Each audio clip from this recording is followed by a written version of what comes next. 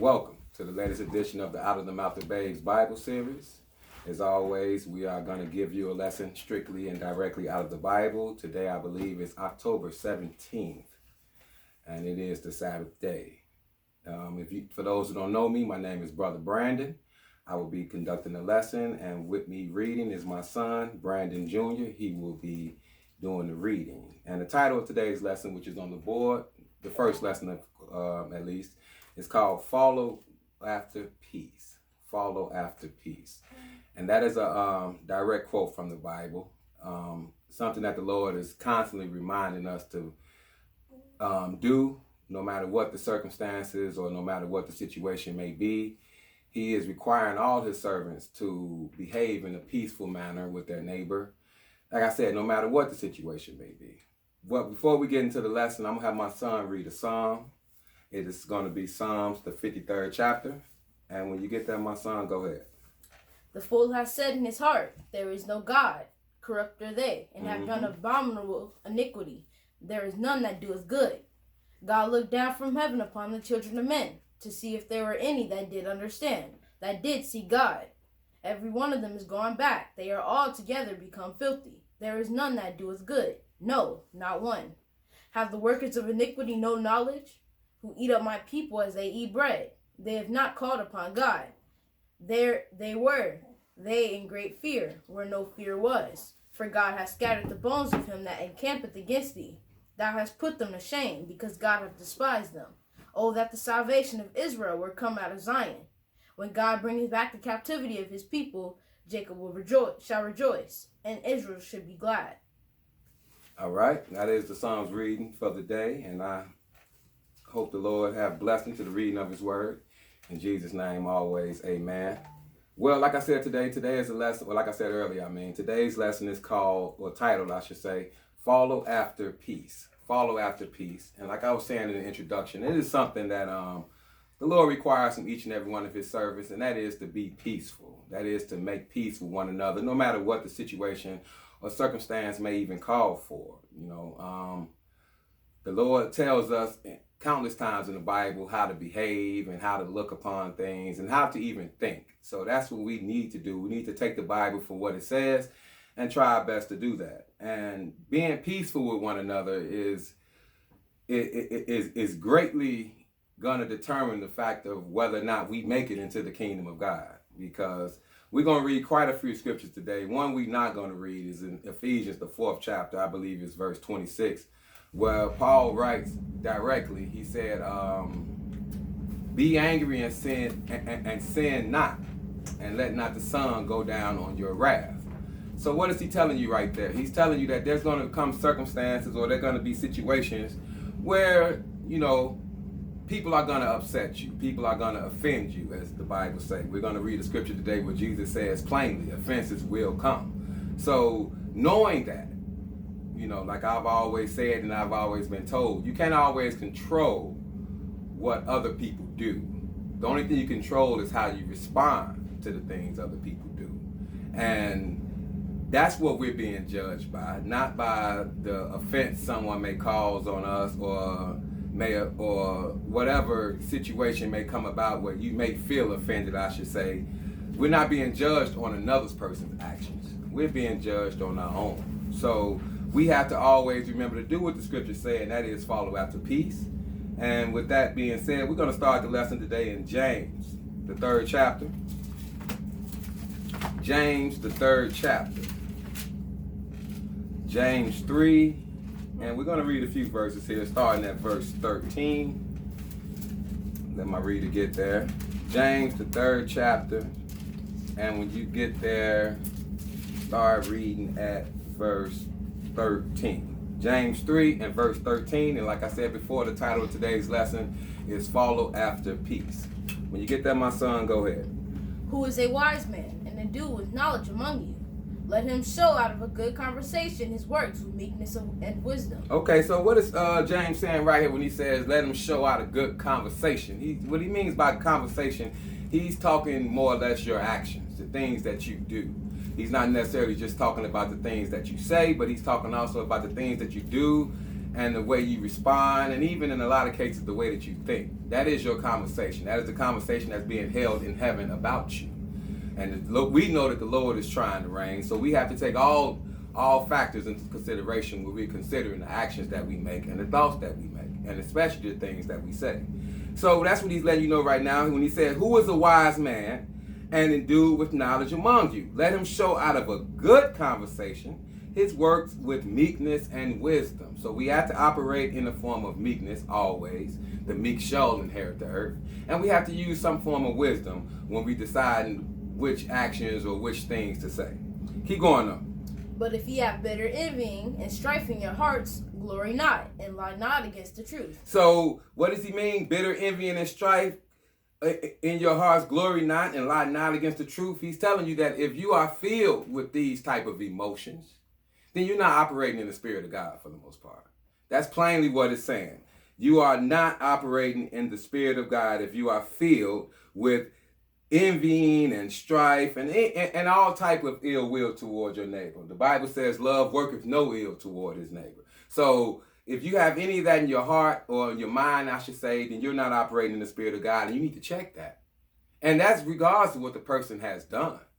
Like I say all the time, Stephen was being stoned, and he found it in his heart to pray for those as he was being killed that was killing him. That is the Spirit of God. That is the spirit of righteousness that we should all be striving to achieve. Keep going, though.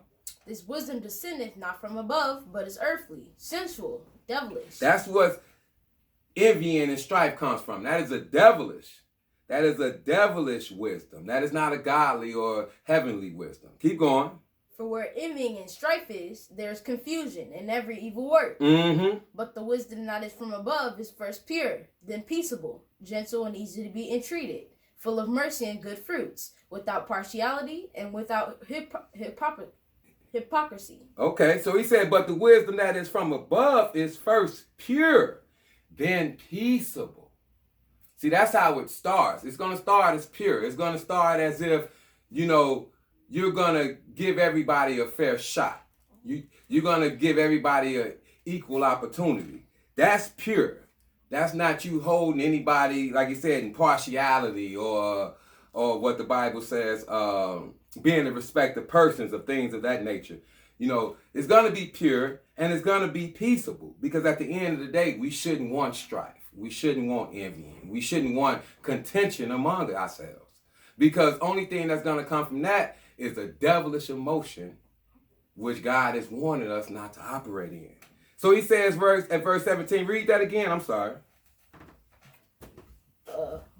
But the wisdom that is from above is first pure, then peaceable, gentle and easy to be entreated, full of mercy and good fruits, without partiality and without hypocrisy. Mm-hmm. And then the fruit of righteousness is sown in peace of them that make peace. And he goes on to say, and the fruit of righteousness is sown in peace of them that make peace. So what is he telling you right there? You reap what you sow, people.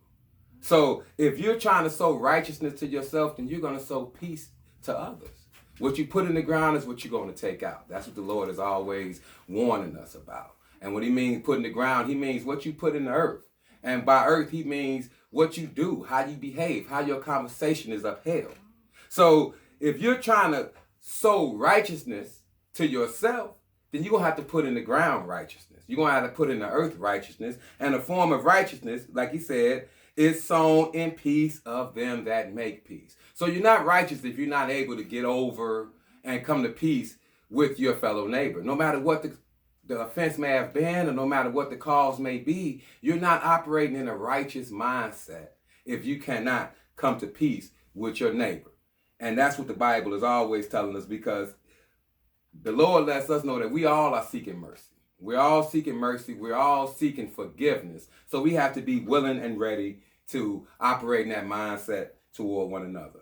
But that's nothing different than what the law was saying. Let's go to Leviticus, the 19th chapter. Leviticus, the 19th chapter. Leviticus, the 19th chapter. And when you get there, we're going to read a couple verses 17 and 18. Leviticus 19, and when you get there, start reading at verse 17 and 18. When you get there, my son, go ahead. Thou shalt not hate thy brother in thine heart. Thou shalt in any wise rebuke thy neighbor, and not suffer sin upon him. So he said we shouldn't hate each other in our heart. So in our mind, we shouldn't harbor hateful feelings toward anyone in the world that we come across, no matter what they did. Like I said, if Stephen was able to find the love in his heart to pray for those who were stoning him, actually killing him at the time, then who are we? Then who are we? We cannot have that hatred for each and or everyone that we come across and then say that we are serving the Lord, because it doesn't work like that. So he said, thou shalt not hate thy brother in thine heart. Thou shalt in any wise rebuke thy neighbor and not suffer sin from him, upon him. So what he's letting you know is, if you have an altercation or you have a conflict with somebody, you speak to that person directly and you tell them what you feel as if you was wrong. And if that person can accept the fact that they did you wrong, then all the better. But even if that person can't accept the fact that they did you wrong, then you still have to learn how to let go and let God, as the people like to say in the world today. Read verse 18. Thou shalt not avenge, nor bear any grudge against the children of thy people, but thou shalt love thy neighbor as thyself. I am the Lord. Thou shalt not avenge or bear any grudge. Because what is a grudge going to lead to? A grudge is going to lead to you harboring ill feelings towards your neighbor. So you have to learn to let that grudge go. You have to go on to learn to let that feeling of hatred go and work on mending the relationship. That's how you make peace. You mend a relationship between you and another. And it's not always going to be the easiest thing to do. If it was easy, everybody would do it. But making it to the kingdom of God ain't going to be easy. So obviously, it's some things that we need to strive to become for us to be worthy to make it into the kingdom. And being peaceable with each other and getting over grudges and getting over conflicts with one another is greatly going to determine the fact whether or not you see the kingdom or not. So read verse 18 again. Thou shalt not avenge, nor bear any grudge against the children of thy people, but thou shalt love thy neighbor as thyself. I am the Lord. You don't hate yourself. You're not going to be not peaceful with yourself, so you should not be not peaceful with your neighbor. That's pretty much what the Bible is trying to let us know there. Let's go to 1 John. 1 John, the 4th chapter. 1 John, the 4th chapter. We're going to read a few verses here. 1 John, the 4th chapter. Because John says something very similar to what we read in the law in Leviticus right there. But he's going to put a little extra emphasis on it. 1 John 4, and when you get there, start reading at verse 20. 1 John 4 and 20, when you get there, go ahead.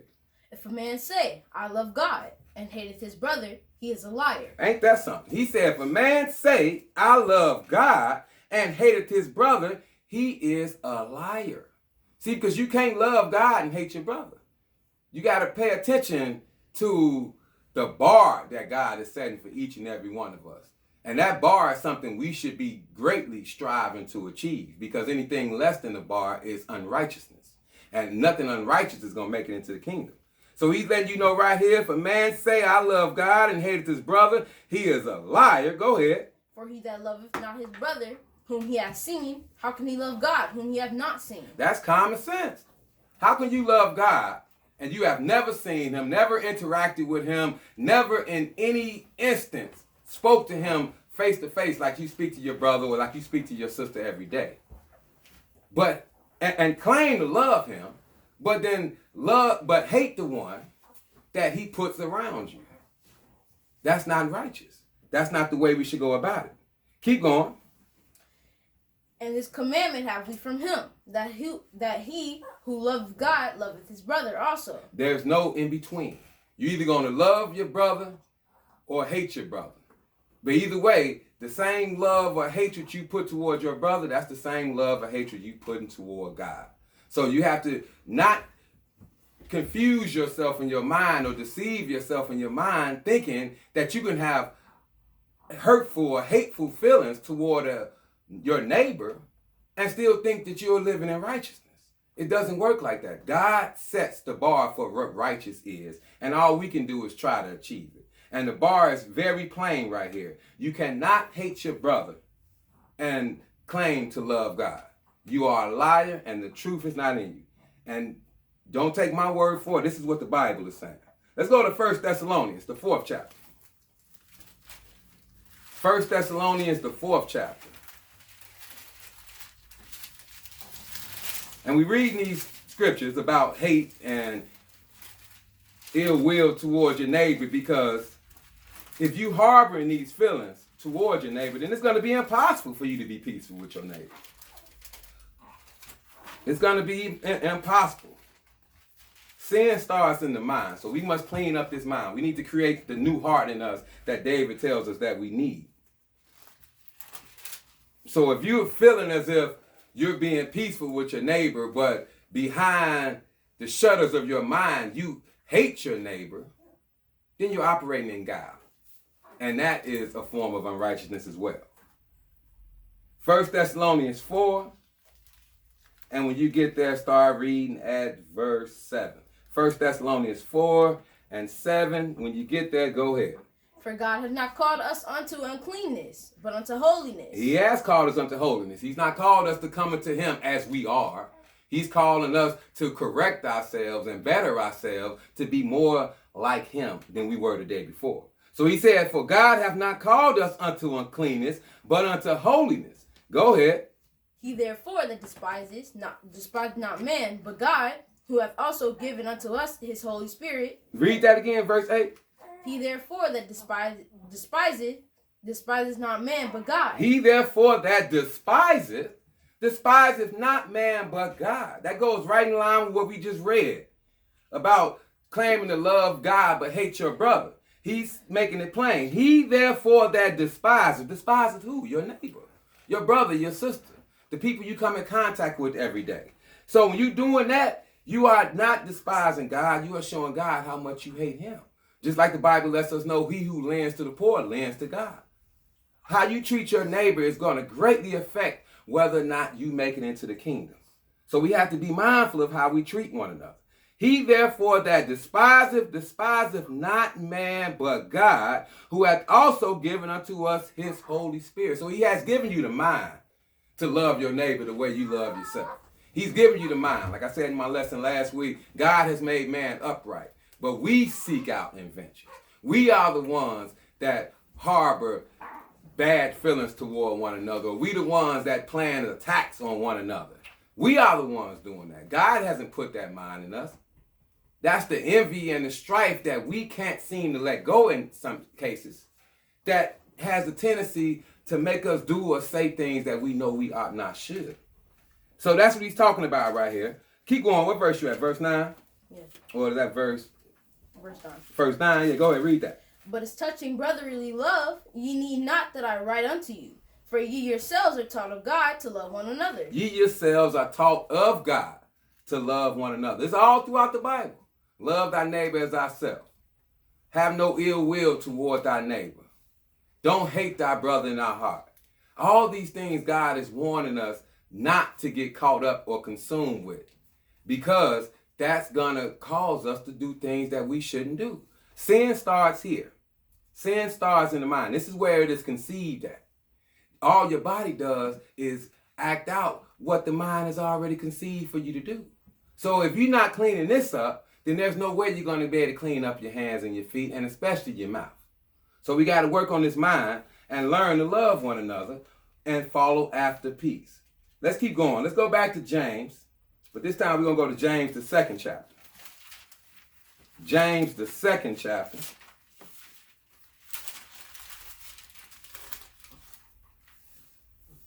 Because Satan is here to try you. Satan is here to make you feel offended in one way or another. That is easy for Satan to do, is to make you feel offended. But like I said before, it's not what your neighbor does to you that you're going to be judged by. It's how you respond to the act of your neighbor, your brother or your sister. How you respond is going to dictate whether or not you're pleasing God. Hebrews 2. And when you get there, start read. I'm sorry. James 2. I made a mistake. James 2. And when you get there, start reading at verse 12. James 2 and 12. When you get there, go ahead. So speak ye, and so do, as they that shall be judged by the law of liberty. Okay, so we all must understand that we are going to be judged for our actions. So that's what he means when he says, so speak ye and so do. I mean, so that's your actions and your words. And when you acting or you're speaking, always consider the fact that you're going to have to account for the things that you say and the things that you do. God is going to bring that to your attention when your judgment comes. So that's what he's saying right here. Read that verse again. So speak ye and so do, as they that shall be judged by the law of liberty. Mm-hmm. For he shall have judgment without mercy, and hath showed no mercy. Read that again. I'm sorry, you messed it up a little bit. For he shall have judgment without mercy, that hath showed no mercy. For he shall have judgment without mercy, that hath showed no mercy. So if you can't bury the grudge, you can't bury the hatchet, and you can't let go and just move on with whatever altercation or confrontation or conflict you may find yourself in with somebody, then you're not showing mercy. Because at the end of the day, you do not want your brother or your sister to find themselves on the wrong side of God, just like you shouldn't want to be on the wrong side of God. That's why it's hurtful for me to see people that claim to be serving the Lord, that claims to be righteous, and so quickly to condemn the other one, another one of God's servants. That's going to be the second lesson for the day, and that is, I got it titled, Work Out Your Own Salvation. But we ain't going to get too deep into that right now. Where you at? Verse 14. Verse 14. Okay, that's it then. Let's go to Romans, the 5th chapter. Romans, the 5th chapter. Romans, the 5th chapter, and we're going to read, I think one verse here. Let me locate it. Romans 5.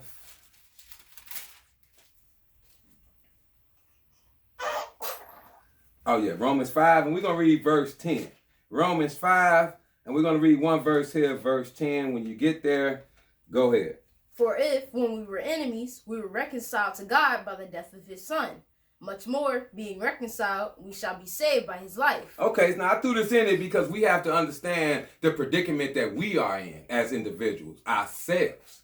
And what did God call us? He called us enemies.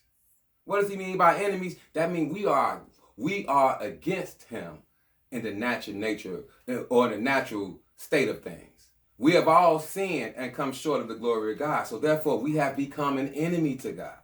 We have all became in the same category as Satan and his angels are in. We've all earned the lake of fire. So when we understand or recognize that we have all earned the lake of fire and that our righteousness is as filthy rags, and we really come to grips with that, then it will make it easier for us to have mercy to others who we feel as if may have offended us in one way or another. Because we've all offended God.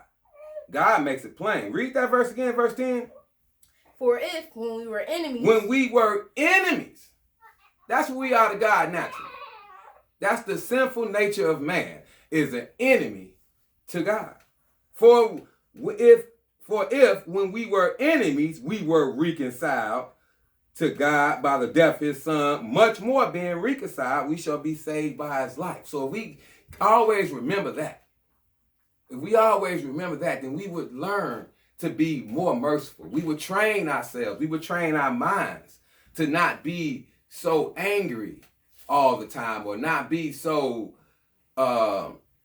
aggravated toward one another. Because if God held that same energy, if God kept the same energy that we kept toward one another, toward us, then we all would be castaways.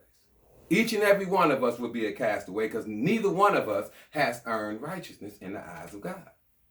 None of us, nobody on this planet is righteous in the eyes of God. We are only righteous through the death of his Son and the resurrection of his Son who died to cover our sins. So we got to always remember that we're dealing with one another, that we're nothing of ourselves. Our life is as a vapor. So we need to always consider that and treat our brothers and sisters accordingly, because that's the only thing that God is going to be able to judge you off of, based on how you treat your neighbor, how you feel about your neighbor. how you feel about your friends, and even your enemies. That's what God is judging us off of. And we have to be peaceful with one another, or we're not going to get no peace from God in the end. Let's keep going, though. Let's go to Hebrews, the 12th chapter. Hebrews, the 12th chapter. And we're going to read a couple verses here. Hebrews, the 12th chapter, and when you get there, start reading at verse 14. Hebrews 12 and 14. When you get there, go ahead.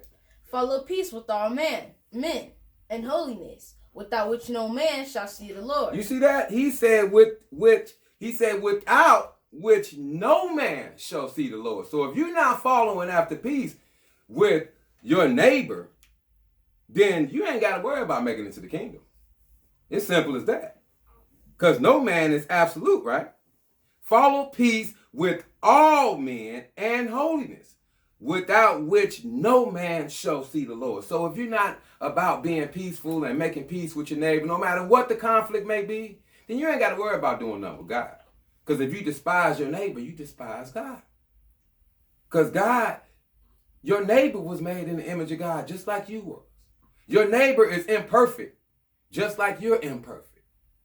See, we get so caught up in ourselves and we feel as if we're doing things the right way, where it's so easy for us to look at the actions of another and be able to say evil or wrong.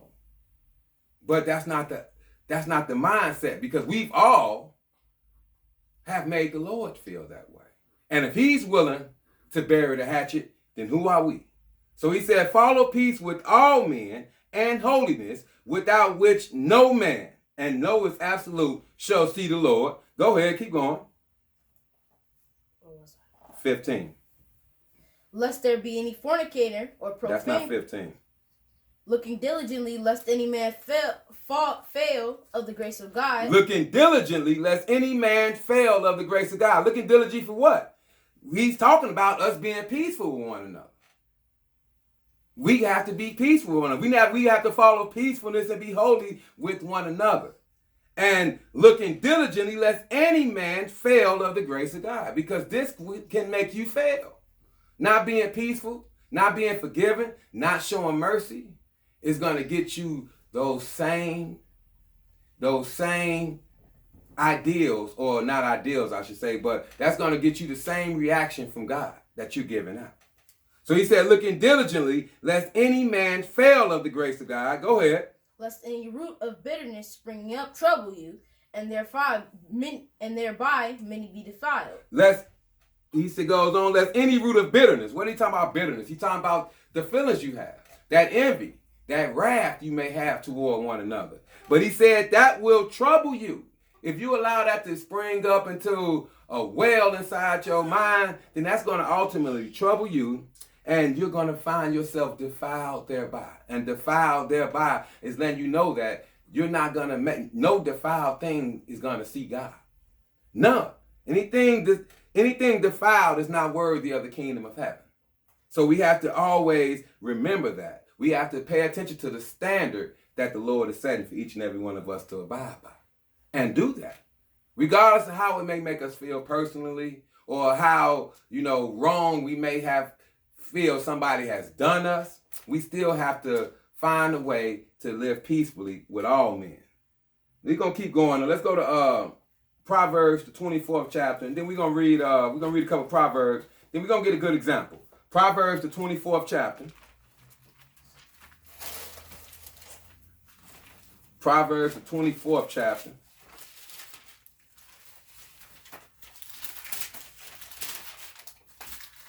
Proverbs 24.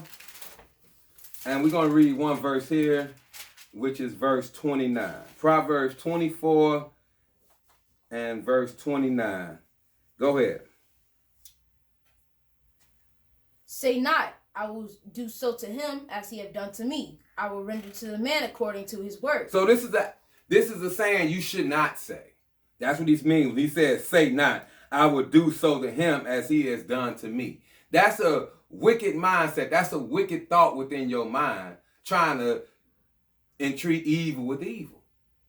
God has warned us about that. Countless other prophets and apostles have warned us not to take up that thought process. Because if God took up that thought process with us, then we'll all be castaways. So that's what he means. He says, say not, I will do so to him as he have done to me. I will render to a man according to his work. No, you can't have that mindset. You can't have that mindset unless you want God to have that mindset towards you. So we have to be careful that we not caught up in a hateful spirit. That's why the Bible says things like, take heed to your spirit. What does he mean by that? He means take heed to the thoughts that's going on in your mind. And some thoughts you have to put out your mind. No matter how natural or deserving they may feel. You have to put certain thoughts out your mind because your actions are going to follow behind those thoughts eventually. It might not be today or it might not be tomorrow, but it's going to happen. Your actions are soon going to follow the way of your thinking. And God is wanting us to correct our way of thinking, correct our mind, clean up this wicked and filthy mind that we have adopted from the world that we all trying to survive and strive in. We have to clean that up. The book says plainly, the thought of foolishness is sin. So we have to clean up those wicked thoughts. And that's a wicked thought to say that you're going to do to somebody as they do to you. Because how you treat your neighbor is how God is going to treat you. And if you want that same reaction from God, then give it to your neighbor. You ain't got to worry about it because he's going to meet you with that same exact energy. And that's what he's warning you about. Let's go to the 20th chapter of Proverbs. We're going to read one verse here. Proverbs 20. And we're going to read one verse, verse 22. Proverbs 20 and verse 22. When you get there, go ahead and read. Say not thou, I will recompense evil, but wait on the Lord, and he shall save thee. He says, say not thou, I will recompense evil. What does he mean, recompense evil? I'm going to pay evil. I'm going to pay back the evil done to me with evil. That's what recompense means. That means to pay back. So he's letting you know again, say not, I will recompense evil, but wait on the Lord, and he shall save thee. He's the only one that's going to fix the situation to the full anyway. See, there's only so much we can do to one another in this fleshly mindset or on this fleshly temple that we're dwelling in right now. So we don't even have to get caught up with trying to correct our neighbors to a certain extent. Yeah, you can tell somebody when they are wrong. You can tell somebody when they have offended. But for you to make things right within somebody else, that's not for you to do. That's not for you to do. You're not the judge. They're not serving you. They're supposed to be serving God just like you're trying to serve God. So you have to treat them like they're somebody else's servant. So like he says right here, he said, say not, I will recompense evil, but wait on the Lord, and he shall save thee. Let's go to Matthew, the 5th chapter. Because Jesus said something throwing the lesson. Put it in here last minute, but it's good to read these things. Because the world today, living in the world today, Monday through Friday or Sunday through Friday, you're constantly going to be tempted by Satan to do and say things that's against the righteousness that we can read out of the Bible. So we have to constantly remind ourselves, as simple and as preschool as this lesson may be, this is something that I see people fall short of all the time. Fall short of it all the time. Myself included. So this is a good training, not just for me, but for anybody who may find themselves in an altercation with somebody. Because like I said, it's not what the person does to you that's going to dictate how the Lord look at you. It's how you respond to what a person does to you that's going to dictate how the Lord looks at you.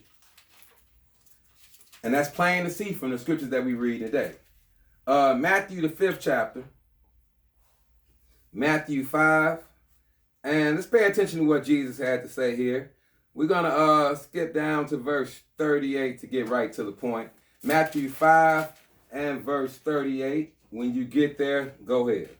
Ye have heard that it hath been said, an eye for an eye and a tooth for a tooth. And you can read that in the law. But that wasn't for you to, that law wasn't given for you to feel as if you are judge and jury. That law was given so that a standard of righteousness would have been held among the children of Israel toward each other. That wasn't making anybody judge, jury, and executioner toward their neighbor. So even when you read that in the law of Moses, it's not giving you the right to avenge yourselves in any way. In any way. We just read that. Keep going. What verse you at? Verse 39. Go ahead. But I say unto you that ye resist not evil, but whosoever shall smite thee on thy right cheek, turn to him the other also. Mm-hmm. And if any man will sue thee at the law, and take away thy coat, let him have thy cloak also. Mm-hmm. And whosoever shall compel thee to go a mile, go with him twain. So what is he letting you know right here with all these instances that you may find yourself in, being hit, being sued, or being asked to go further than you may want to go with somebody? Jesus is telling you, just be peaceful and just take it for what it is. Just take it for what it is. Because if somebody ultimately is doing you wrong or treating you in a way that they wouldn't want themselves treated, the Lord see that. And the Lord is going to deal with them accordingly. So that's what he's letting you know, right? That's what Jesus is trying to get you to think like. Think as if, you know what? Whatever my neighbor compels me to do, I'm just going to take it for that and leave it at that and just be done with it. Because once you done getting hit, or once you done getting sued, and once you done being asked to go further than you were willing to go originally, once all that's said and done, then you can be at peace with that and let that go because it's over with. It's over with. So that's why you shouldn't be so quick to oppose somebody when they're doing you wrong in any form. That's what he means when he says in the beginning, but I say unto you that ye resist not evil. So don't be so opposing to it. If somebody is being evil towards you, let them be evil. You ain't got to be defensive or make them opposition immediately. Because if they're going to be opposition, the Lord see that. And the Lord is going to deal with them accordingly. So that's how you resist not evil. You just let it be done and let it be over with. If somebody's going to beat you, okay, the beating ain't going to last forever. If somebody's going to take something from you, it's only so much they can take. It's only so much they're going to want.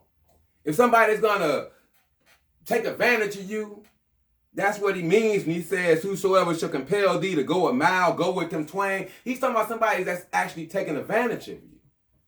Somebody that's actually overreaching or overstepping. You know what? You let them have that. You let them reach a little bit more. You let them reach double than what they thought they was reaching.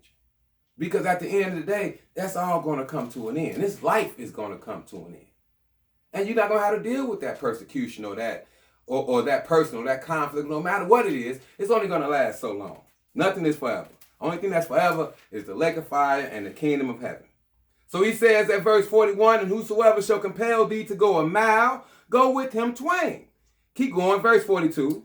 Give to him that asketh thee, and from him that will borrow of thee, to turn not thou away. Mm-hmm. Ye have heard that it had been said, thou shalt love thy neighbor and hate thine enemy. Mm-hmm. But I say unto you, love your enemies, bless them that curse you, do good to them that hate you, and pray for them which despisefully use you and persecute you. So he's letting you know when somebody is your enemy, if they have proven to be your enemy, there's still a way you're supposed to conduct yourselves with that person. You don't make it plain or you don't make it known that you have a problem with them, because at the end of the day, if they're an enemy of you and you could consider yourself to be a servant of the Most High, who are they an enemy of? Who are they making their enemy ultimately? They're making God their enemy. And when you understand that, then you can understand how to have pity for that person. Because the last thing any one of us who understand the gravity of displeasing God should want to do is make God our enemy. None of us should want that, and none of us should want to see nobody else in that situation because there's no love there. We had a saying back in the streets, back when I was growing up, that, you know, for all those who've been to jail can kind of understand the saying. We don't wish jail on nobody. No matter what somebody do. That's why the code of the streets is not snitch, no matter if you were shot, stabbed, killed, or whatever. Because you don't wish that on nobody. Well, you should not wish the lake of fire on nobody. You should not wish God's anger on anybody. It's the same principle. It's the same exact principle. What verse did you finish? That was verse 44? Yes. All right, read that verse again. That's Matthew 5, and read verse 44 again. But I say unto you, love your enemies, bless them that curse you, do good to them that hate you, and pray for them which despitefully use you and persecute you, that ye may be in the children of your Father which is in heaven. For he maketh his sun to rise on the evil and on the good, and sendeth rain on the just and on the unjust. Okay, so he's telling you that he's dealing with everybody accordingly. He's looking out for everybody. He's giving everybody their fair opportunity to do the right thing for the most part. Keep going. For if ye love them which love you, what reward have ye? Do not even the publicans do the same? And that's what a publican will do. They will love. It's easy to like somebody who's has the same ideas as you or in the same mindset as you. It's easy to get along with that person if they're on your team. But see, getting in tune or in league with somebody who has a different point of view than you, see, that takes righteousness. That takes patience. That takes you being peaceful even in the face of adversity. Because adversity is going to be there if two are not agreed. That's why the Bible say things like, can two walk together lest they be agreed? That's going to make it difficult. But it's the difficult task that is going to make the difference on whether or not we see the kingdom or not. Yeah, God ain't really, it shouldn't be hard. I say all the time, it's not a hard thing, or it shouldn't be a hard thing for you to keep a pork chop out your mouth. Now, I mean, that's simple. If you can't do that, then you might as well throw the Bible away. That should be simple in the big scheme of things. But loving somebody despite how they treat you, oh, that's difficult. But that's something God is willing to do toward each and every one of us. Because like we read, like Paul said, we were all enemies to God. But he still allowed us to be reconciled to him through the death of Jesus Christ. That didn't have to be. He didn't have to do that. So if we want to get the reconciliation to God after we've made ourselves an enemy to God, then we have to be willing to reconcile ourselves to each and every one of our neighbors that we come across. You read verse 46? Yes. Okay, read verse 47 and keep going. And if you salute your brethren only, what do you more than others? Do not even a publican so? Be ye therefore perfect, even as your Father which is in heaven is perfect. Okay, so this is a form of perfection. Treating your neighbor or treating somebody that you might not necessarily agree with the same energy that you treat your loved ones and those that agree with you.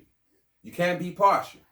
That's a form of perfection in the eyes of God. Not being partial, no matter who the person is or no matter how they may feel about you. Because the way somebody feels about you shouldn't affect the way you feel about them.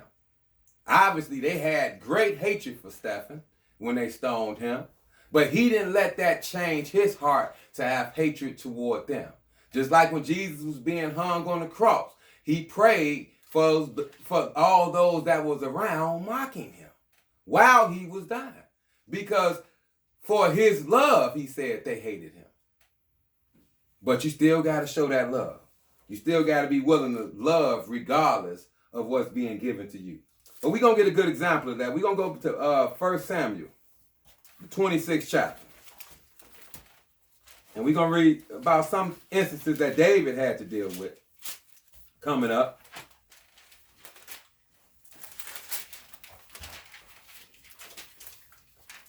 First Samuel, the 26th chapter.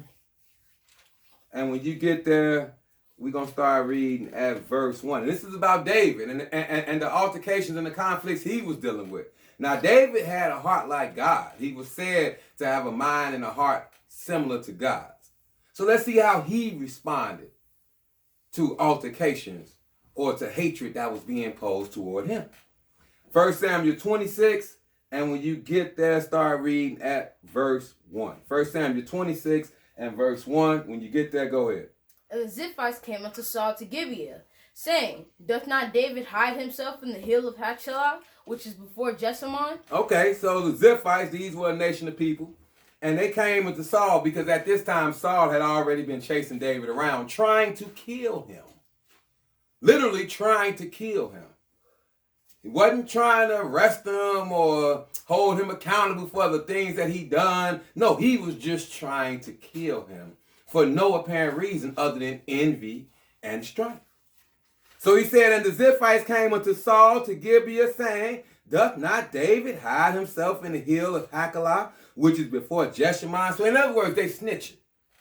They come into Saul because he the king, trying to get in his good graces and giving up the whereabouts of where David and his men are hiding at from Saul. Now go ahead and see what Saul did. Go ahead. Verse 2. And Saul pitched in the hill of Hachilah, which is before Jeshimon, by the way. But David abode in the wilderness. You skip verse 2. Then Saul arose and went down to the wilderness of Ziph, having 3,000 chosen men of Israel with him, to seek David in the wilderness of Ziph. He got 3,000 men to pursue after David. That's why you had to understand. That's why I didn't want my son to skip that verse. Saul was seriously trying to do David great harm. 3,000 soldiers he brought with him to deal with David. Go ahead, verse 3. And Saul pitched in the hill of Hachilah, which is before Jeshimon, by the way. But David abode in the wilderness, and he saw that Saul came after him into the wilderness. Mm-hmm. David therefore sent out spies, and understood that Saul was come in very deed. Mm-hmm. And David arose and came to the place where Saul had pitched. And David beheld the place where Saul lay, and Abner the son of Ner, the captain of his host, and Saul lay in the trench, and the people pitched round about him. Mm-hmm. Then answered David and said to Ahimelech the Hittite, and to Abishai the son of Zeruiah, brother to Joab, saying, who will go down with me to Saul to the camp? And Abishai said, I will go down with thee. Mm-hmm. So David and Abishai came to the people by night, and behold, Saul lay sleeping within the trench, and his spear stuck on the ground at his bolster. But Abner and the people lay around about him. Okay, so David crept down there on the night time, and he snuck up on Saul, and Saul is asleep. Everybody sleep. So David could have had his way with him. But pay attention to what he did. Go ahead. Now remember, this guy has came down here with 3,000 soldiers trying to deal with David, trying to kill David. But watch how David responded to the hatred being posed toward him. Go ahead. Then said Abishai to David, God hath delivered thine enemy into thine hand this day. Now therefore let me smite him. I pray thee with the spear even to the earth at once, and I will not smite him the second time. You see what Abishai says? Abishai, Joab's brother, he said plainly, he said, God hath delivered thine enemy into thine hand this day. Like, we got him. Spot him, got him. Then he said, now therefore let me smite him. Smite means to kill. He said, I pray thee with the spear even to the earth at once. So he's talking about taking a spear through Saul's body, through the earth. And he goes on to say, and I would not smite him the second time. So in other words, I'm only going to hit him once. David, let me hit him one time. I promise you I'll kill him. Now, the natural man would have been okay with that. An unrighteous man would have been okay with that. It's not like this guy didn't just pursue after you with 3,000 soldiers. He's looking to do the same thing to David. He's looking to kill David. So Abishai, from the natural standpoint, is just responding how anybody else would respond. You're going to attack those, you're going to defend yourselves toward those who are attacking you. But that's not what Jesus said. Jesus said, resist not evil. If somebody's hit you on the cheek, give them the other also. David understood that, and he lived accordingly. And this is before Jesus even came in the flesh and said that statement. What verse you at? Verse 9. Go ahead. And David said to Abishai, destroy him not, for who can stretch forth his hand against the Lord's anointed, and be guiltless? You know, and David was right. Saul at one point in time was anointed by God. So you don't deal with nobody that God has been dealing with. Let God deal with him. That's God's servant. And that's what we got to remember when we dealing with each other in our everyday walk of life. That the person we dealing with, they supposed to be serving God, not you. So let God deal with his servant how he see fit. So that's what David said, for who can stretch forth his hand against the Lord's anointed and be guiltless? Go ahead. What else did David say, though? Because that's not because he didn't want to harm Saul is the reason for him saying what he said. but he know that the Lord is ultimately going to do it. Go ahead, read verse 10. David said, furthermore, as the Lord liveth, and the Lord shall smite him. He said, and David said, furthermore, as the Lord liveth, the Lord shall smite him. The Lord gonna get him. The Lord see that he's pursuing me without a cause. The Lord see that he hates me without a cause. The Lord see that he's meaning to do me harm for no apparent reason at all. So knowing that, David knew the Lord gonna deal with him. I ain't even got to get in the way of that. I don't even got to get in the way of that. Read that verse again, verse 10. David said, furthermore, as the Lord liveth, the Lord shall smite him. The Lord shall smite him. Go ahead. Or his day shall come to die. Or his day shall come to die. Because we all have been appointed a day to die. Each and every one of us. Go ahead. Or he shall descend into battle and perish. And that's exactly what happened. But what did David do? He waited on the Lord. He didn't take matters into his own hands because somebody was doing him harm or trying to do him harm. He waited on the Lord. Just like we read in Proverbs, you have to wait on the Lord. Let the Lord handle them. People are going to do you wrong 1,000 times in your lifetime. But trust and believe, God saw each and every one of those times. And if you respond to those instances the right way, then the Lord is going to fight your battles for you, just like he fought David's battles for him. It's when you get in the way and try to play judge, jury, and executioner is when you find yourself getting dealt with by the Lord because you have no right. You're supposed to be living peaceful with your brothers and with your sisters, no matter what the reason. That's what the Bible is telling us. That's the mindset we must have toward one another. So David understood that the Lord was going to deal with him, and that's exactly what happened. The same way David said he was going to die is how he ended up dying, in battle. In battle. Let's keep going. Let's go to 1 Peter, the 3rd chapter. 1 Peter, the 3rd chapter. 1 Peter 3. And when you get there, start reading at verse 8. 1 Peter 3 and verse 8. When you get there, my son, go ahead. Finally, be ye all of one mind, having compassion one of another. Love as brethren, be pitiful, be courteous. That's the one mind we shall all have, compassion. He says of one another, love as brethren, be pitiful, be courteous. Go ahead. Not rendering evil for evil, or railing for railing. Not rendering evil for evil or railing for railing. So you don't meet everybody with the same evil energy that they meeting you with. You meet them with a peaceful mindset. That's why Jesus said out of his own mouth, agree with your adversary quickly. Regardless of what the situation may call for. Just let him have it. Because the Lord sees it. Just like David did when he was running from Absalom. And the Benjamite came out throwing rocks and cursing David. What did David say? He said maybe the Lord told him to curse David. Maybe the Lord will see me being cursed by this dude and have some compassion on me and help me in my situation. Because I'm going through something right now. So who am I to get in place of God and find myself trying to issue a form of punishment? You're only going to get punishment doing that. That's what he means when he says railing for railing and evil for evil. That's exactly what he's warning you not to get caught up in doing. Finally, be ye all of one mind, having compassion of one another, love as brethren, be pitiful, be courteous, not rendering evil for evil or railing for railing. Go ahead. But contrariwise blessing. But contrariwise blessing. Bless them who curse you. That's what Jesus told you to do, and that's what he expects you to do. But contrariwise blessing, go ahead. Knowing that ye are thereunto called, that ye should inherit a blessing. A blessing neither one of us has earned. See, we want an unearned blessing from God, but we won't give an unearned blessing to each other. You're not going to get it. You're not going to get it. You have done nothing to warrant the blessing that God is willing to give to those in the last days. So your neighbor shouldn't have to do anything to receive a blessing from you, regardless of what they may do. So that's what he's letting you know right here. We all are trying to inherit a blessing. So we got to be willing to give it out. Let's go to Luke, the 17th chapter. Luke, the 17th chapter.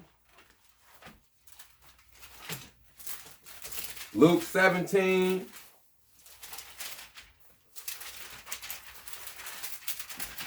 Luke 17. And we're going to start reading at verse 1. And pay attention to what Jesus said. I've spoken this earlier in the introduction, but we're going to go ahead and read it and get the full understanding of what Jesus was trying to get us to pay attention to. Luke 17, and when you get there, start reading at verse 1. Luke 17 and 1. When you get there, go ahead. Then said he unto the disciples, it is impossible that the offenses will come. Can you read that again, please? It is impossible, but that the offenses will come. He said, then said he unto the disciples, it is impossible, but that offenses will come. So there's no way to avoid offenses. That's just, Satan is in the mix so deep in this world, offenses will come. There's no way you're going to get around it. You're going to be offended and you're going to offend other people. That's just that's just the nature of the world that we live in. So that's what Jesus is saying. It isn't impossible, but that offenses will come. Go ahead. But woe unto him through whom they come. But woe unto him through whom they come. Like I said, you're not being judged off how somebody offends you. You're being judged off how you respond to it. So if you meeting an offense with an offense, woe unto you. Woe unto you. And you have to know that you're going to be offended because Jesus said it's impossible for you not to be. But if you meet that offense with an offense of your own, then guess what? You done just got yourself in trouble. You done just got yourself in hot water with God. And that's a dangerous place to live in. So he says, but woe unto him through whom they come. Go ahead. It were better for him that a millstone were hanged about his neck, and he cast into the sea, than that he should offend one of these little ones. Mm-hmm. Take heed to yourselves. Take heed to yourselves. Why is that? If thy brother trespass against thee, rebuke him. And if you repent, forgive him. If your brother trespass against thee, rebuke him. Tell him where he was wrong. Tell him. Don't tell the world. Don't have secret kumbayas and spread your brother or your sister's business. That ain't righteous. You go to your brother, you go to your sister directly, and you speak to them. And if he repents, forgive him. But even if he don't repent, you still got to forgive him. That's part of being righteous. Go ahead. And if he trespass against thee 7 times in a day, and 7 times in a day turn against thee, saying, I repent, thou shalt forgive him. No matter how many times somebody may offend you, you are supposed to keep the same energy of forgiveness and peacefulness toward them because you have offended God a multitude of times. What the book say, charity covers a multitude of sins. Why he say multitude of sins? Because we all got a multitude. So we have to understand that we have to operate in that charity, which is just another form of love. And if you love your neighbor, you're going to be peaceful with your neighbor. You're not going to love nobody and intentionally cause them harm or cause them hurt. There's no love in that. That's not love at all. So he's letting you know no matter what, no matter how many times, you're supposed to keep the same peaceful energy towards your brothers and sisters that you expect for God to keep towards you, regardless of your shortcomings, regardless of your mistakes. So we have to remember that, people. We got to remember that. Because the same energy we give to one another is the same energy we're going to get met with when we meet our Maker. And we're going to get another example. Let's go to, well, first we're going to go to Psalms first. Psalms 120. Then we're going to get another example of somebody who couldn't get over a grudge. But first we're going to read this real quick.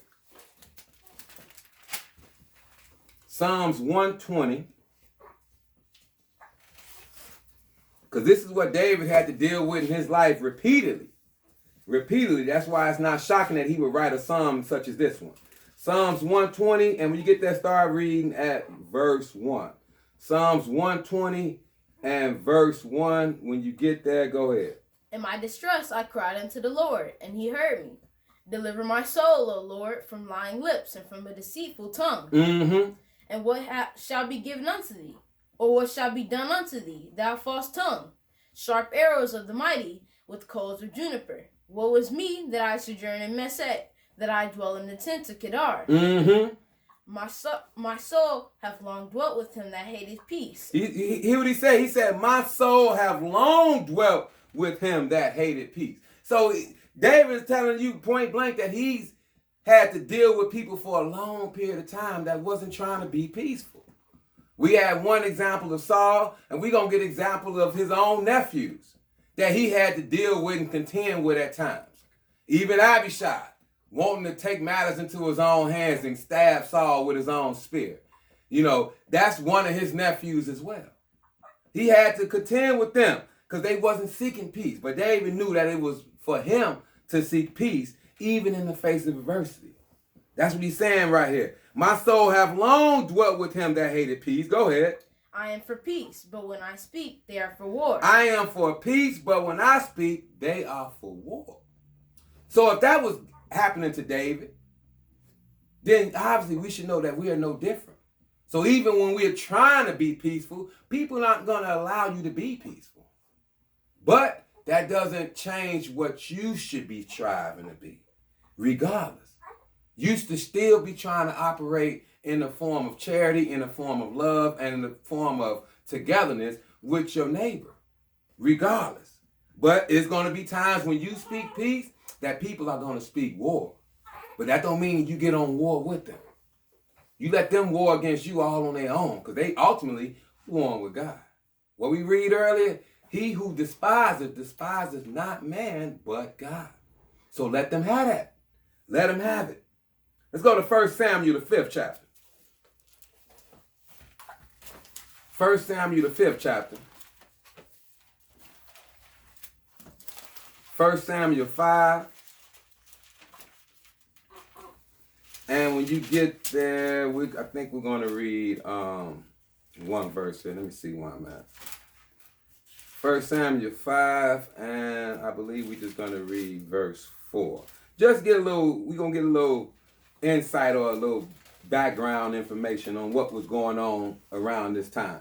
1 Samuel 5, and let me see. Hold on, that might not be what I'm looking for. It might not be what I'm looking for. Hold on one second. I made a typo.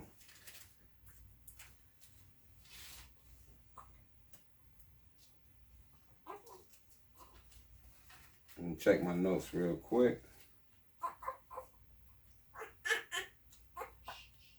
Okay, I'm sorry. That's 2 Samuel. That's 2 Samuel, the 5th chapter. 2 Samuel 5.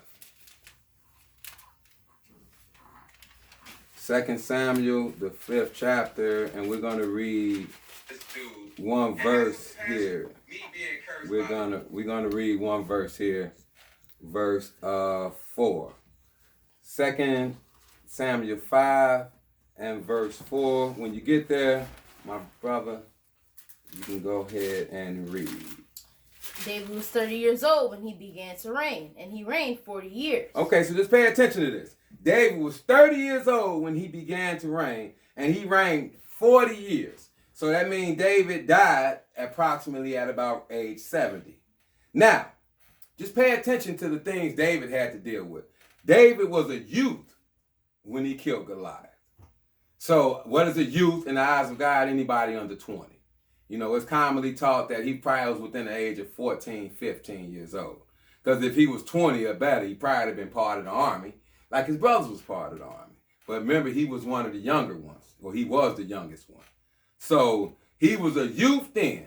So from the time that he came up around Saul at a young age, coming in and out, he got it to about 20. He was running from Saul probably before he was 25 years old. Running from Saul. He probably spent 5 to 10 years running from Saul. Saul trying to kill him. Saul chasing him all over the country. Him having to go hide in the land of the Philistines. All types of things. But he didn't begin to reign until he was 30. So just pay attention to the turmoil that he had to go through. And the mindset that he kept throughout it all. And even after all that, he still maintained his integrity and kept that same mindset, as we're going to see right here. Let's go to 1 Chronicles 2 first, though. 1 Chronicles, the 2nd chapter.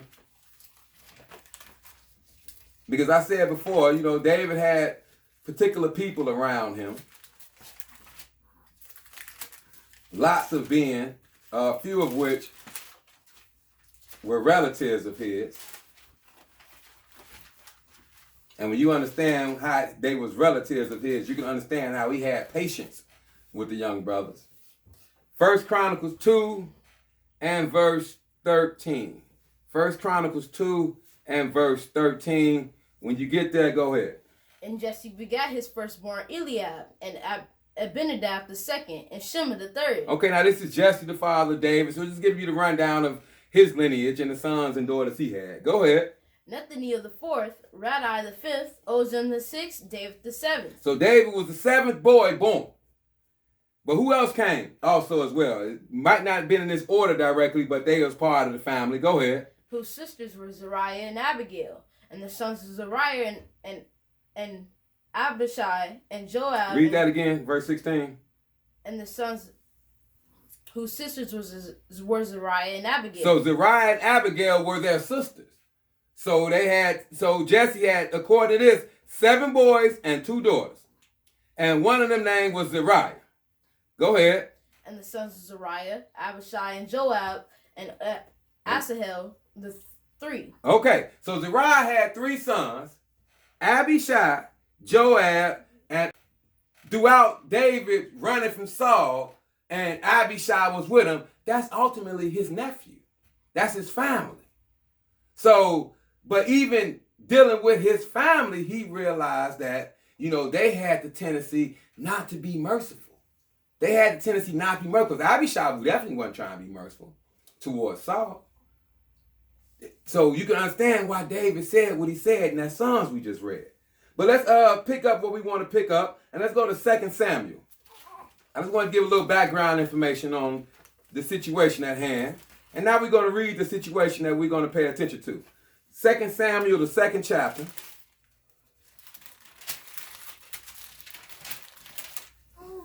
Because David said, when I speak for peace, they are for war. And he said he dealt with that a long time. He had to be long suffering with that. And a lot of that even came from his own nephews. We just read an instance with Abishai. He would have had David commit a great sin by killing the Lord's anointed. But David knew better. He knew that he couldn't meet Saul with the same energy that Saul was meeting him with. He knew he had to be peaceful with Saul anyway, because he ultimately knew that the Lord was going to deal with Saul, and Saul died exactly in the manner in which David predicted he would. So that just shows you what a little patience and waiting on God would do. 2 Samuel 2, and when you get there, start reading at verse 1. 2 Samuel 2 and verse 1, when you get there, go ahead. And it came to pass after this, that David inquired of the Lord, saying, Shall I go up into any of the cities of Judah? And the Lord said unto him, Go up. And David said, Whither shall I go up? And he said, unto Hebron. Okay, so this is right after this. This is right after the death of Saul, actually. Saul has died, and David is asking the Lord, should he pretty much go back to the land and post up in the land? And the Lord told him to post up in Hebron. Go ahead. So David went up thither, and his 2 wives also, Ahinoam the Jezreelites, and Abigail Nabal's wife, the Carmelite. Mm-hmm. And his men that were with him did David bring up, and every man in his household, and they dwelt in the cities of Hebron. Mm-hmm. And the men of Judah came, and there they anointed David king over the house of Judah. And they told David, saying, the men of Jabesh Gilead were they that buried Saul. Okay, so David, he ultimately ruled in Hebron 7 years. So he pretty much was ruling over the southern country of Judah for the most part. And his headquarters was Hebron. And they had told him about the men of Jabesh Gilead, because they're the ones that went to the land of Philistines and took the bones of Saul and his sons. Go ahead. And David sent messengers unto the men of Jabesh Gilead, and said unto them, Blessed be ye of the Lord, that ye have shewed this kindness unto your Lord, even unto Saul, and have buried him. Mm-hmm. And now the Lord show kindness and truth unto you, and I also will requite you this kindness, because ye have done this thing. Mm-hmm. Now David is actually showing love to people that showed love to Saul. But Saul wasn't showing no love to him. Saul was chasing David up until the day he died, pretty much. But David, being a peaceable man, he was happy to see that somebody avenged Saul's dead body and went over there and took it from the Philistines and buried him and his sons properly. So David is showing them love even for that. Go ahead, showing you that he had no ill will towards Saul. Period. Even after Saul was dead, he was happy to see somebody do a good thing for Saul. Because that's what a servant of God is going to do. Go ahead. Therefore, now let your hands be strengthened, and be ye valiant, for your master Saul is dead, and also the house of Judah have anointed me king over them. Mm-hmm. But Abner the son of Ner, captain of Saul's host, took Ishbosheth the son of Saul, and brought him over to Mahanaim, and made him king over Gilead, and over the Asherites, and over Jezreel, and over Ephraim, and over Benjamin, and over all Israel. Okay, so Abner, the leader of Saul's host, who was pretty much Saul's top general, he didn't jump in line with David right away. David was ruling in Hebron. That was the southern country, the land of Judah. But he decided to take Saul's other son and put him on the throne. And the kingdom was kind of split at this time. So the northern tribes and everybody up north was under the rule of, what was his name? Ishbosheth. They was under the rule of him. Go ahead. What verse you at? Verse 9. And made him king over Gilead, and over the Asherites, and over Jezreel, and over... No, verse 10. No, read verse 9. You started.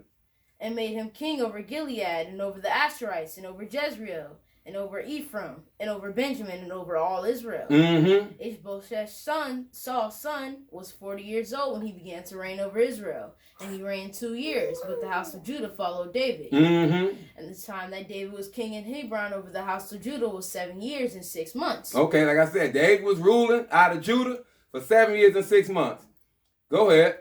And Abner the son of Ner and the servants of Ishbosheth the son of Saul went out from Mahanaim to Gibeon. Mm-hmm. And Joab the son of Zeruiah and the servants by David went out and met together by the pool of Gibeon. And they sat down, the one on the one side of the pool and the other on the other side of the pool. Okay, so now these two warring factions, because these factions have been warring pretty much since the days of Saul, but David wasn't going to war back with Saul. He just ran from him because he was the Lord's anointed.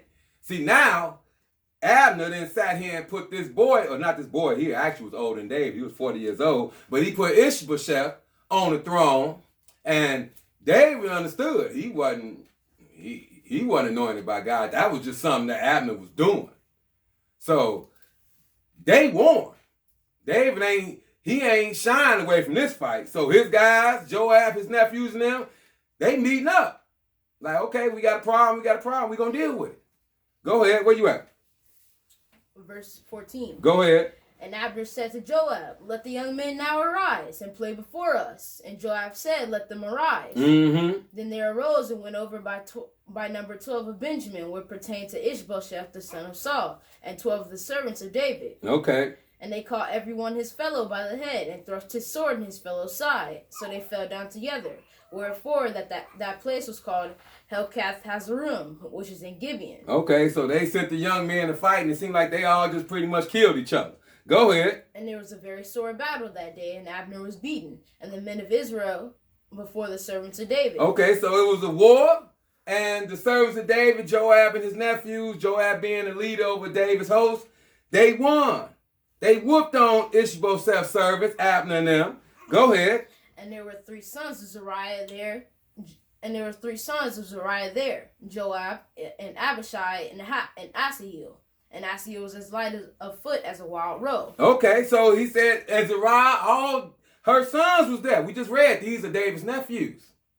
So she said, so it said, and there were 3 sons of Zeruiah there, Joab, Abishai, and Asahel. And Asahel was as light of foot as a wild roe. So he was fast. He had some speed on him.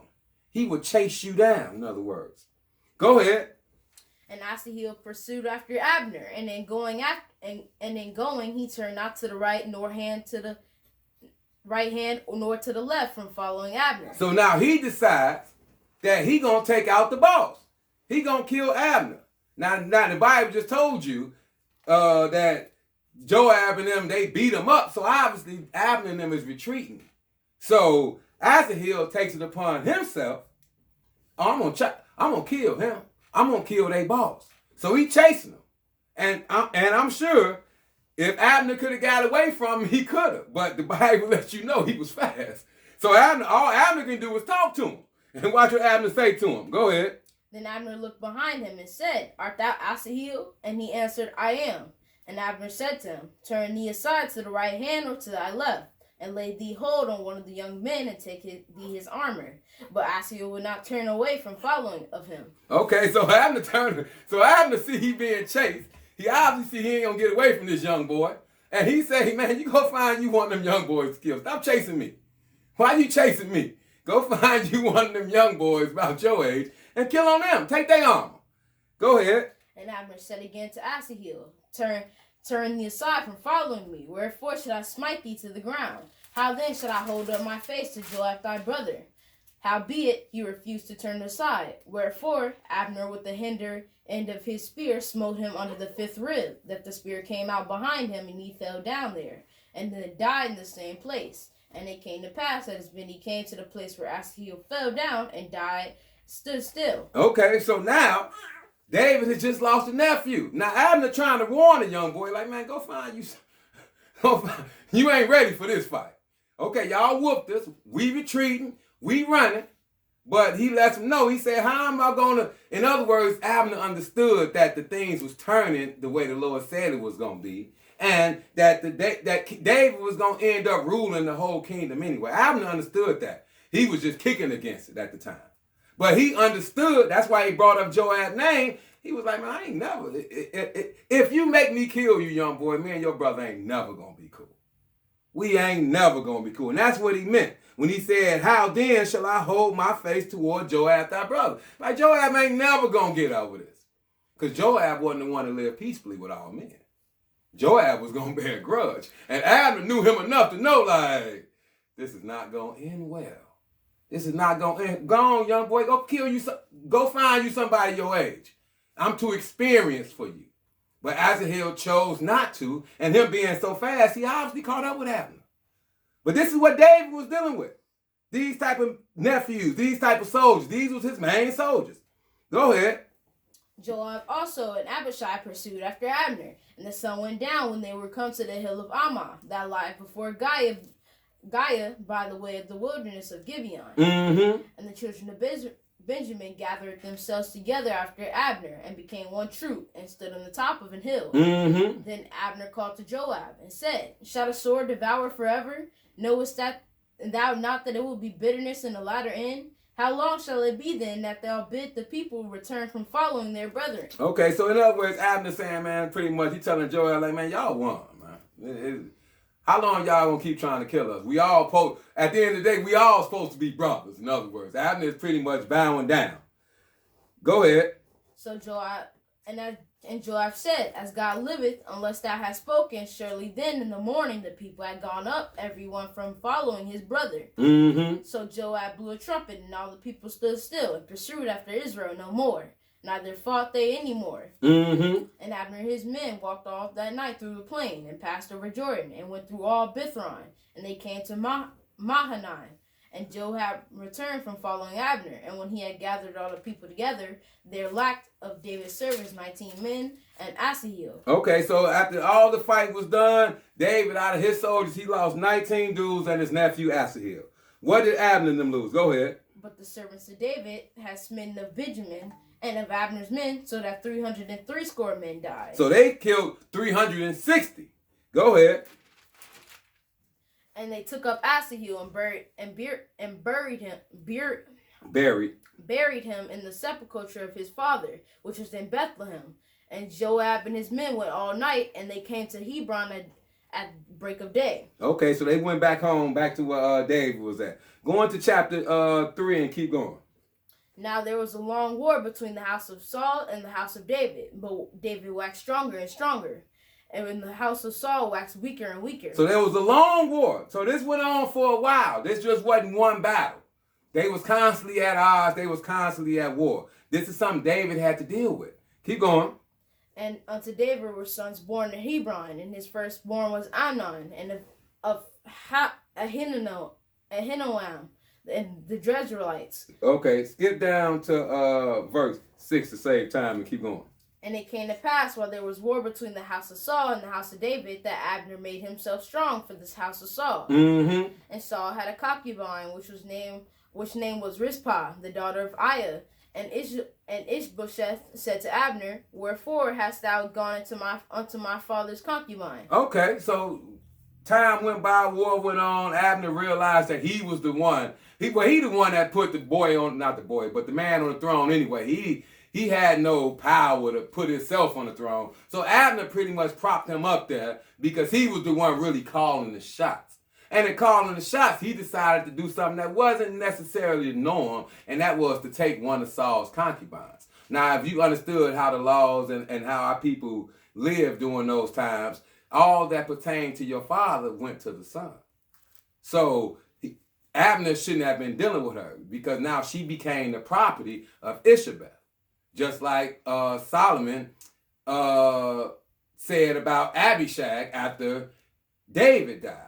She became the property of Solomon because Solomon inherited everything that David had. So Saul's son decided to get big-headed or come at Abner in a way that was really going to irritate Abner.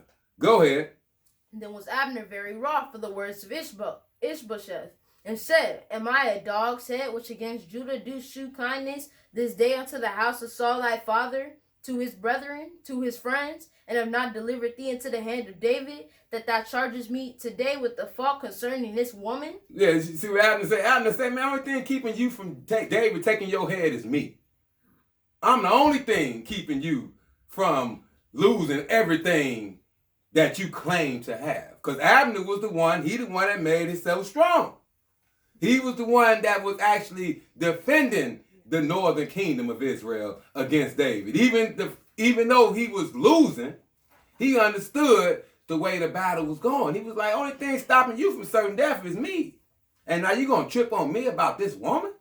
Okay, go ahead. So do God to Abner more also, except as the Lord has sworn to David, even so I do to him. Okay, so he understood that the Lord had sworn to David. He understood that. He was just kicking against it. He was trying to show love to his family. Because if I'm correct, he was the nephew of Saul, actually. So he was showing love to his family. He was going to uphold his family against what the Lord had said he was going to do for David. He was still going to try to uphold his family. So that's what he called an Ishbosheth on right here. Go ahead. To translate the kingdom from the house of Saul, and to sit up the throne of David over Israel and over Judah, from Dan even to Beersheba. Go ahead. Beersheba. And he could not answer Abner a word again, because he feared him. Mm-hmm. And Abner sent messengers to David on his behalf, saying, Whose is this land? Saying also, Make thy league with me, and behold, my hand shall be with thee, to bring about all Israel unto thee. Okay, so Abner, he sent the message to David. He's like, man, I'm done with this. I'm done with all this fighting. I'm done with kicking against what the Lord had already said he was going to do, and that was making you king. I know that you've been anointed, and this dude here just got on my last nerves, man. We finna bring all this to a head. So Abner is actually coming around. He's finna come around to David's side. Skip down to verse 19 and keep going. And Abner also spake in the ears of Benjamin. And Abner went also to speak into the ears of David in Hebron, that all that seemed good to Israel, that seemed good to the whole house of Benjamin. Because Abner went and conferred with his people of the nation, and they all was in cool with David being king. Like I said, they was only accepting Ishbosheth as king because Abner propped him and threw him on the throne. But everybody understood what the Lord was doing with David. Everybody understood that before Saul died. That's why Saul was so adamantly trying to kill David. Because he knew that the Lord was going to transfer the kingdom from his line to the line of David. That's what he even told Jonathan. He said, don't you know as long as the son of Jesse liveth, your throne will never be secure. But Jonathan wasn't getting caught up in all that. Go ahead. What verse you at? Verse 20. Go ahead. So Abner came came to David to Hebron and 20 men with him. And David made Abner and the men that were with him a feast. Okay, so David accepted them in peace. Even though they was warned, Abner was coming around and David was like, you know what, we can make peace. I'm cool with making peace. Let's stop all this fighting. Let's stop fighting each other and deal with these nations around us. Go ahead. And Abner said unto David, I will arise and go, and will gather all Israel unto my lord the king, that they may make a league with thee, and that thou mayest reign over all that thine heart desireth. And David sent Abner away, and he went in peace. Mm-hmm. And behold, the servants of David and Joab came from pursuing the troop, and brought in a great spoil with them. But Abner was not with David in Hebron, for he had sent him away, and he was gone in peace. Mm-hmm. When Joab and all the host that was with him were come, they told Joab, saying, Abner the son of Ner came to the king, and he has sent him away, and he's gone in peace. Oh, so now Joab come after Abner and came and gone, and he just find out that Abner left, and David and him was cool. But how did Joab respond to that? Go ahead. Then Joab came to the king and said, What hast thou done? Behold, Abner came unto thee. Why is it thou hast sent him away, and he is quite gone? Mm-hmm. Thou knowest Abner the son of Ner, that he came to deceive thee, and to know thy going out and thy coming in, and to know all that thou doest. So Joab still got a problem with Abner, going way back to when he killed his brother. He never got over that. Even though David only lost 20 men that day, and Abner lost over 350, Joab was still not able to get over what happened. And you know that was the reason for why he was so upset. Because Abner even said, how am I going to be able to look your brother in the face if you make me kill you? And that was exactly what Abner knew was going to happen. He knew Joab. He knew Joab wasn't never going to get over that. Go ahead. Verse 26. And when Joab was come out from David, he sent messengers after Abner, which brought him again for the well of Sirah, but David knew it not. Okay, so now Joab, he's operating under the cover, and now he just sent somebody to catch up with Abner. Go ahead. And when Abner was returned to Hebron, Joab took him aside in the gate to speak with him quietly, and smote him there under the fifth rib, that he died, for the blood of Asahel his brother. You see that he killed him the same way he killed his brother. See, Joab couldn't let that go. This was war. A lot of people died that day. But because Joab felt like he took a loss, he couldn't let that go. And they was inflicting way more losses on the children of Israel, the tribes of Israel, than the tribes of Israel was inflicting on Judah, because the Lord was with David. But he couldn't get over the fact that this man killed his brother. He couldn't let it go. And this ultimately ended up being his downfall. This cost him his life. Go ahead. And afterward, when David heard it, he said, I and my kingdom are guiltless before the Lord forever, from the blood of Abner, the son of Ner. Okay, so David was like, man, I ain't got nothing to do with that. I have nothing to do with that. Go ahead. Let it rest on the head of Joab and on all his father's house. And let there not fail from the house of Joab one that hath an issue, or that is a leper, or that leaneth on a staff, or that falleth on a sword, that lacketh bread. Mm-hmm. So Joab and Abishai his brothers slew Abner, because he had slain their brother Asahel at Gideon in the battle. David said that's the only reason they did that. Because they couldn't get over the fact that they lost a brother. In war, though. In war. After Abner told him, like, man, look, y'all beat us. Go on, run. Go on, fight somebody else. We running. But Joab couldn't get over it. He couldn't get over it. Go ahead. Where you at? Verse 31? Yeah. Keep going. And David said to Joab and to all the people that were with him, Wring your clothes and gird you with sackcloth, and mourn before Abner. And King David himself followed the bier. Okay, skip down to verse 38 to save time and keep going. And the king said unto his servants, Know ye not that there is a prince and a great man fallen this day in Israel? Talking about Abner, go ahead. And I am this day weak, though anointed king, and these men the sons of Zeruiah be too hard for me. He said, these men the sons of Zeruiah be too hard for me. Because they couldn't get over a grudge. They couldn't be peaceable with everybody. They couldn't let it go. Just like Abishai wouldn't let it go. Just like Asahel wouldn't let it go that they had won and that Abner and his troops was beaten. Just like Joab couldn't let it go that his brother was killed in an unnecessary fight that he ain't even had to fight. That was their issue. That's what David meant when he said, these sons of Zariah be too hard for me. Like, these my nephews, but goodness. They crazy in the matter of words. Go ahead. The Lord shall reward the doer of evil according to his wickedness. The Lord shall reward the doer of evil according to his wickedness. Go to 1 Kings, the 2nd chapter. And let's see how all this came to an end. 1 Kings, the 2nd chapter. Because even David, pay attention, he still continued to deal with his nephews. You got to realize all this happened while David was ruling in Hebron. All this happened while David was ruling in Hebron. So you can see how what he said in Psalms, when I speak for peace, they for war. Because he was dealing with that among his own family. But he still dealt with Joab. He didn't do nothing to Joab because David was always the type of man, like, what the Lord saw this. I'm just going to wash my hands of this. No, he didn't put Joab to death. He didn't put Abishai to death. He didn't even get involved like that. And he didn't get involved like that because David was still ruling in Hebron when Joab did this. And when they mourned Abner and all the such. Now, we know that David ruled 7.5 years in Hebron, but then ruled 30 years in Jerusalem. So just see how long he contended with his nephews and them doing crazy stuff. At least 30 years. Because now David is dying. So he's already ruled his time out in Jerusalem. 1 Kings, the 2nd chapter. And when you get there, start reading at verse 1. 1 Kings 2 and verse 1. When you get there, go ahead.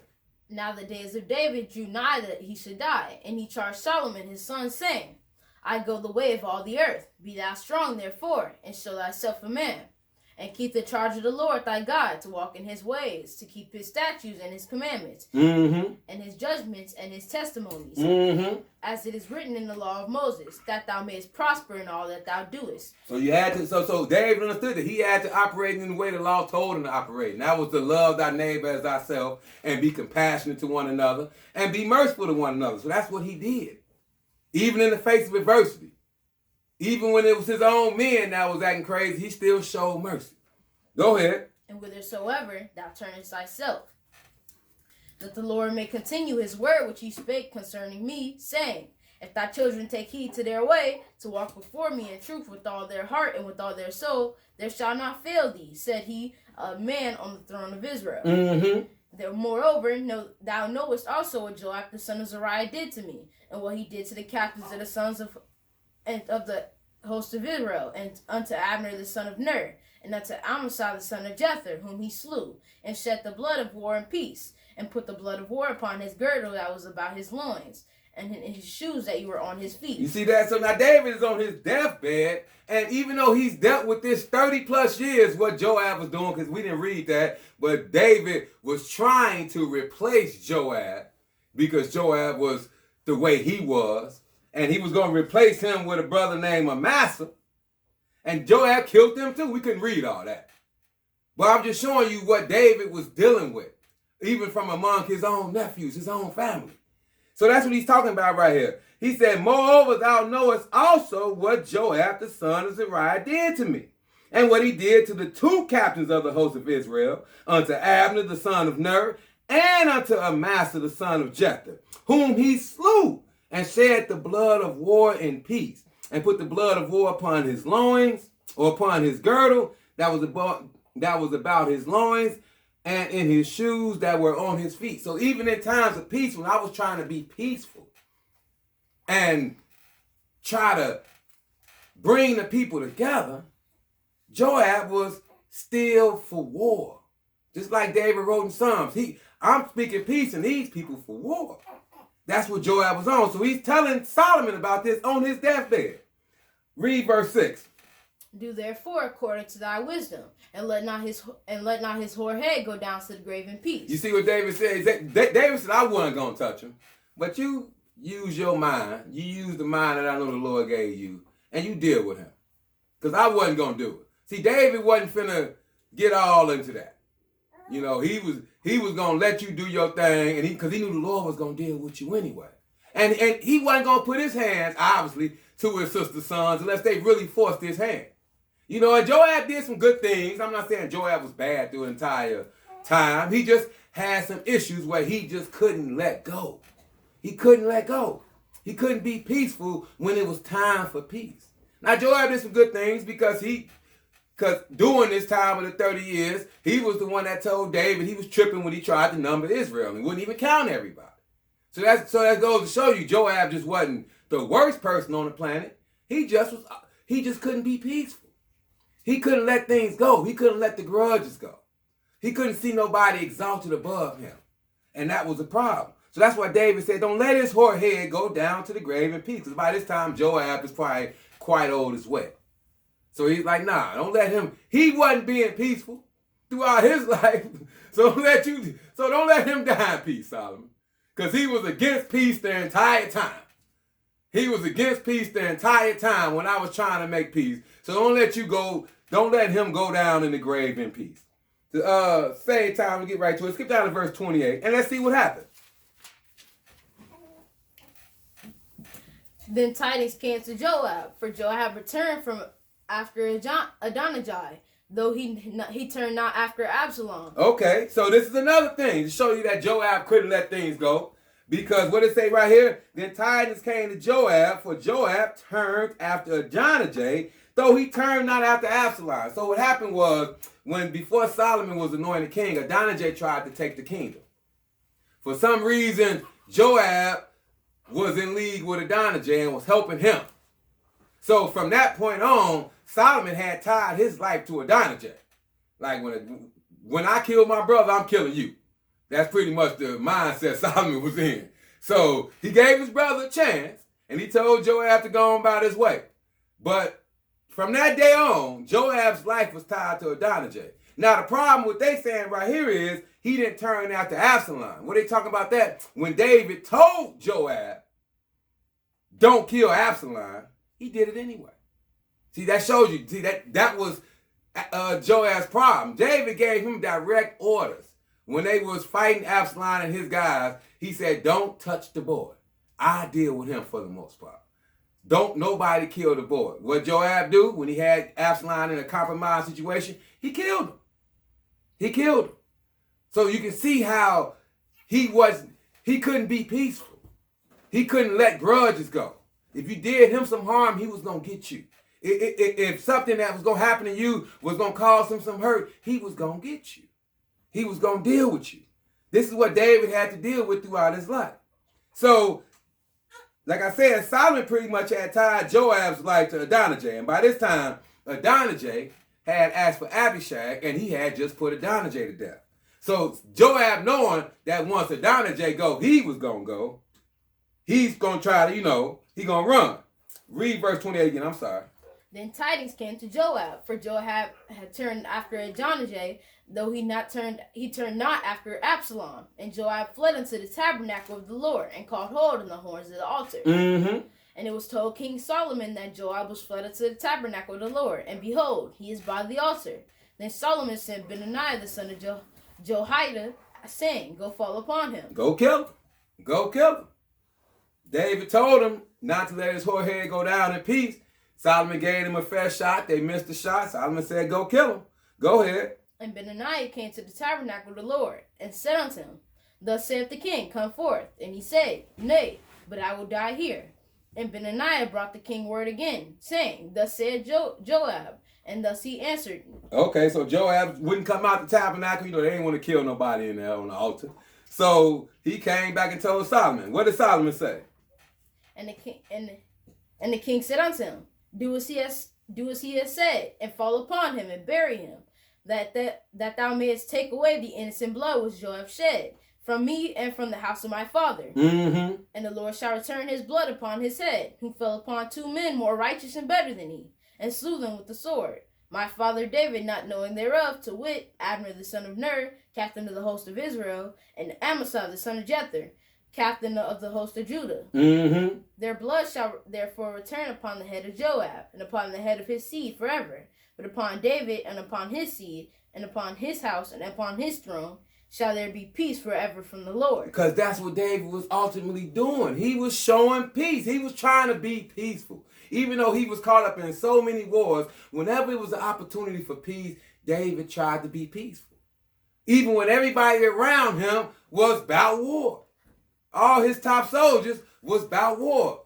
Being his nephews from the beginning to the end, from trying to kill Saul all the way to him. They was about war, but David was trying to be peaceful because he understood the importance of being peaceful. Go ahead.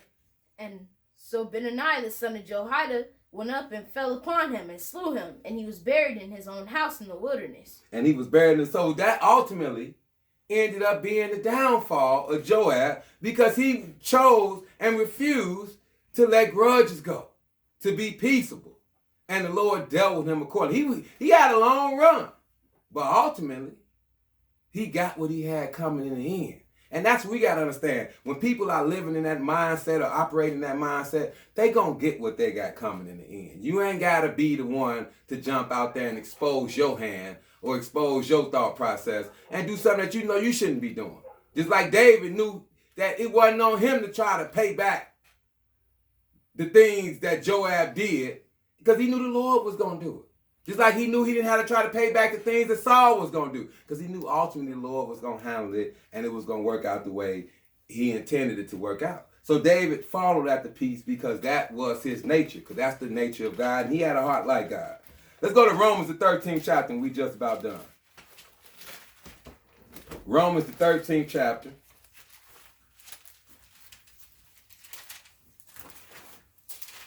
Romans 13.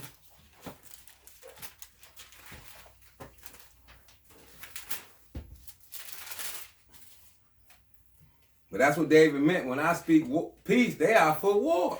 He said he had to contend with them a long time. He's been dealing with people like that his entire life for the most part. But he never let that change his way of thinking. He just operated in the mindset of God because he knew that's what was going to ultimately keep him out of getting in trouble with the Lord and getting some repercussions for his own actions. Romans the 13th chapter. And when you get there, start reading that verse 8. Romans 13 and verse 8. When you get there, go ahead. Owe no man anything. Owe no man anything, but to love one another.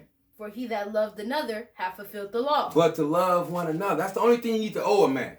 If you get somebody, you borrow something from somebody, you pay them back that as soon as possible. Only thing you need to owe another man is love. That's what Paul is saying here. Go ahead. For this, thou shalt not commit adultery. Thou shalt not kill. Thou shalt not steal. Thou shalt not bear false witness. Thou shalt not covet. And if there be any other commandment, it is briefly comprehended in this saying, namely, thou shalt love thy neighbor as thyself. So if you truly operating in love and you truly operating in peace, then you're not going to do your neighbor no harm no matter what the circumstance. No matter what the circumstance. Because you're going to love thy neighbor as thyself. Verse 10, please. Love worketh no ill to his neighbor. Therefore, love is the fulfilling of the law. Love worketh no ill toward his neighbor. No matter what your neighbor is doing to you. If you truly love your neighbor the way God has commanded you to love your neighbor, you ain't going to do no ill to him. You're going to turn the other cheek. You're going to go up 2 miles when he asks you to go 1. You're going to give him your everything if he sue you for anything. Like Jesus commanded you to do. Go to the 14th chapter of Romans and read verse 19. Romans 14 and 19. Read that verse. Let us therefore follow after the things which make for peace, and things wherewith one may edify another. Let us therefore follow after the things which make for peace. So whatever way you can make peace with your neighbor, that's what you follow after. Whatever you can do to entreat your neighbor, to be kind to your neighbor, that's what you should follow after. No matter what the circumstance may be. You should follow after the things that make for peace. Because that's what David did. He constantly tried to make peace with Saul when Saul was trying to kill him. He tried to make peace with the children of Israel, the northern kingdom, when they was warring back and forth. That was his nature. Because that's the way a godly servant is going to behave. He's not looking for any altercation to get even or get somebody back or render evil for evil or recompense anybody anything evil that they done toward him. Because that's not the nature of a servant of God. A servant of God understands that God ultimately is going to fight your battles for you, and you should wait on him. One more place, Matthew the 5th chapter. And we're going to end with the words of Christ. Matthew the 5th chapter.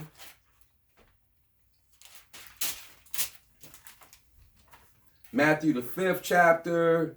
And when you get there, my son, read verse 9. Matthew 5 and verse 9. When you get there, go ahead. Blessed are the peacemakers, for they shall be called the children of God. They shall be called the children of God.